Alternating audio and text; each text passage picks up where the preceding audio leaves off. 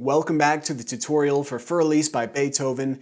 In this lesson we're going to learn part 2, but first just to recap, you should already know at this point how to play part 1, which goes like this.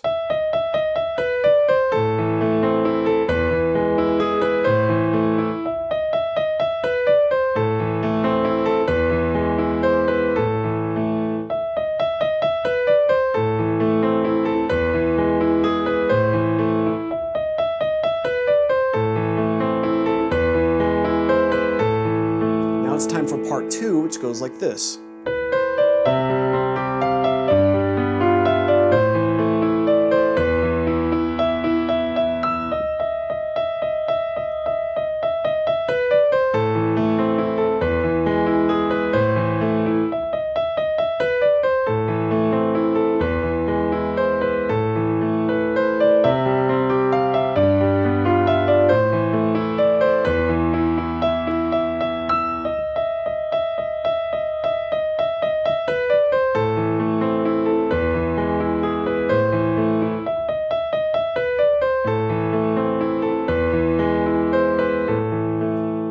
Alright, so that is part 2, and as you can see, it actually has a lot of repeating from part 1. It takes that main character of the song, that main riff from part 1, and actually includes it a lot in here. The real difference is just this part.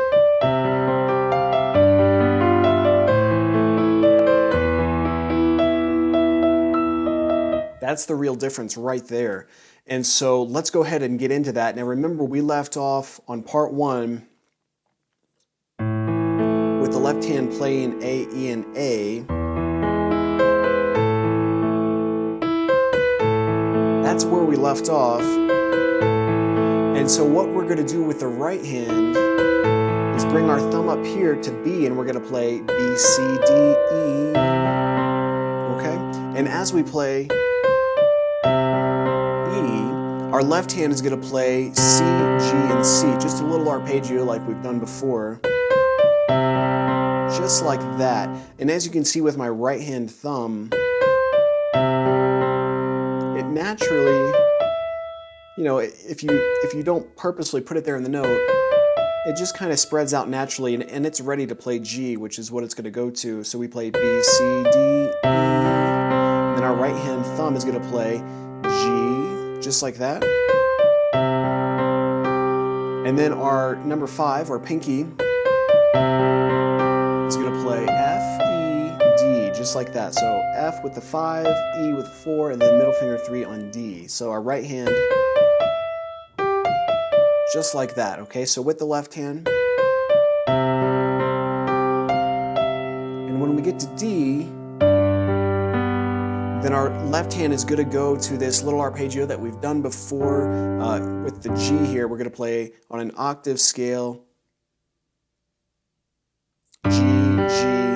And actually, I don't know if we have done this one before. We've done E, but this is going to be G, but it's really the same formula, really. We're just going to play on an octave scale, G, G, index finger crossover, and play B there. So we're going to play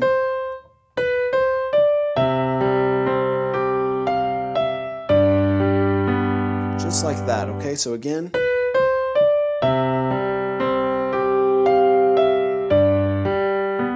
just like that. And then our thumb, our right hand thumb, is going to move down here to this F. And then we're really going to do the same pattern here. So these fingers, if you just move them down, you keep them the same distance. You see how we do that? And then we're actually going to go down again in a second, same distance. All right, so it's all about the spacing here. So from the beginning of this section, our thumb is going to play F, and then we play E, D, C, and as we get to C, that's when our left hand is going to start with A, and we're just going to play that same arpeggio that we've done, A, E, and A. All right, so the left hand arpeggio, C, G, C, G, G, B, okay? So with the right hand,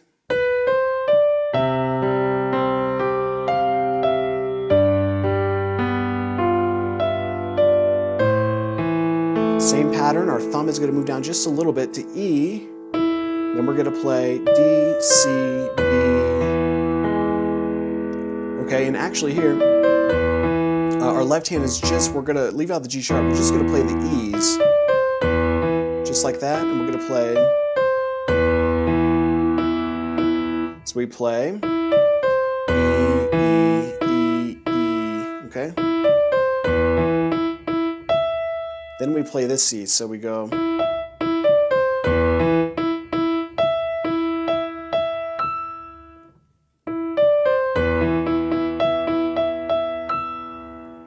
okay, so again,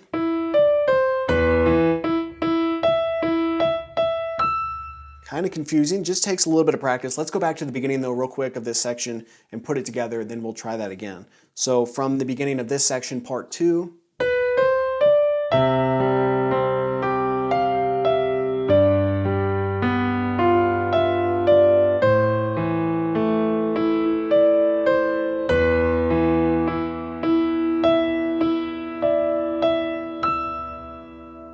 All right, let's do that again.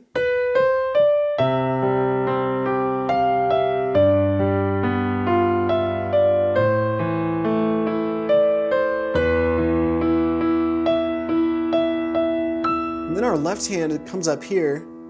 So after this high E, then our left hand is going to come in and help play this D sharp. So let's do this again.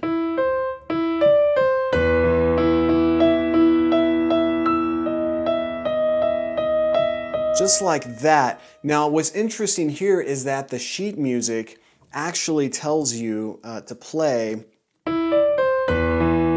it actually tells your left hand to play this E, kind of like that. But again, what I'm showing you here is I'm trying to make things as easy as possible for you. The sheet music shows what I believe to be a more difficult way. So, oops.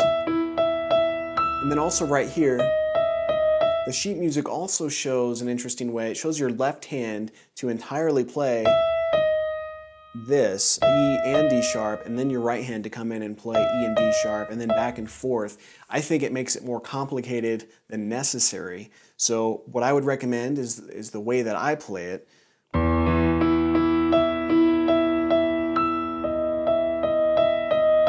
So I go between the E and D sharp here at first with just the right hand thumb and then the left hand index finger.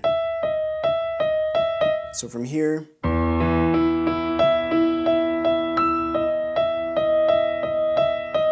then the right hand will just take over. And then we get back into this, which we've done before from part 1.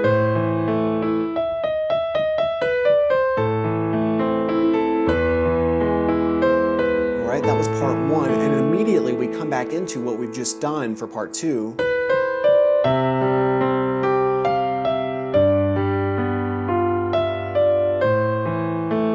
do this again.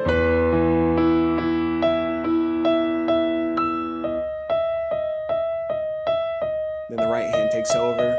Then we get back into this, which is part 1.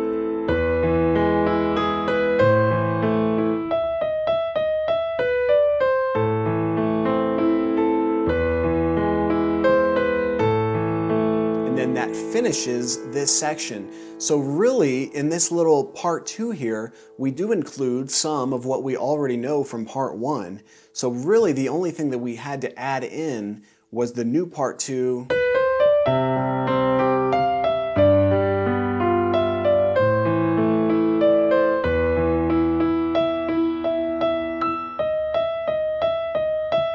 That concludes part 2, really, and then the right hand takes over, as if it was part 1 again. All right, so what I'm going to do for you now, one more time, is go ahead and put up the sheet music on the screen for those of you that like to learn by sheets and know how to read sheet music.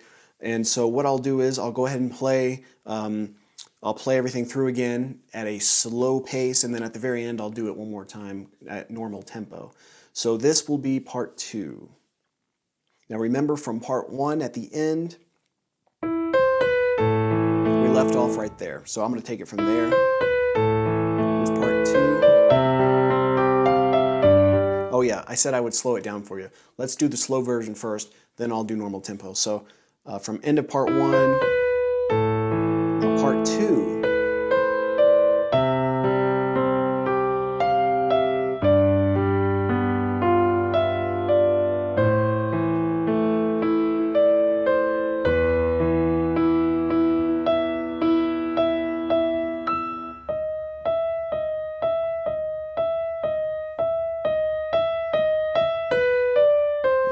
Really, it's part 1 right here.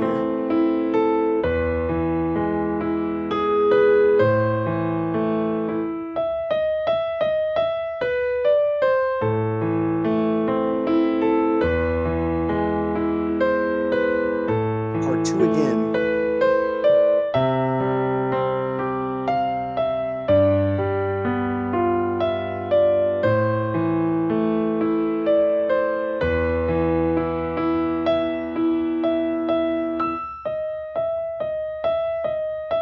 Right hand takes over as part 1.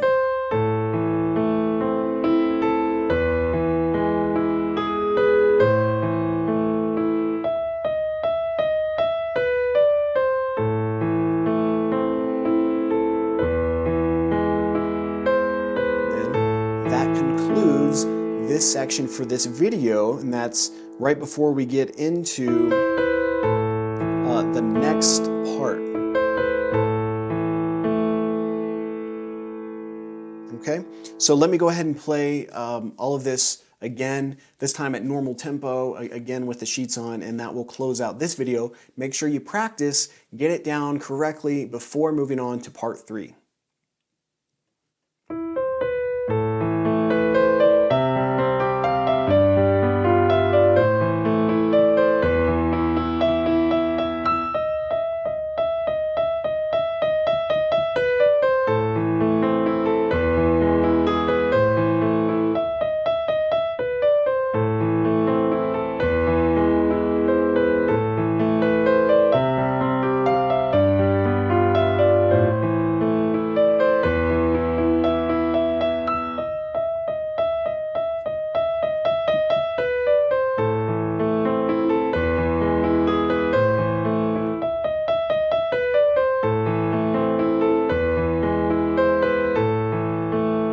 So that concludes this section. And that's before we get into the next section, which is part 3. So master this, and I'll see you on the next video lesson for Für Elise.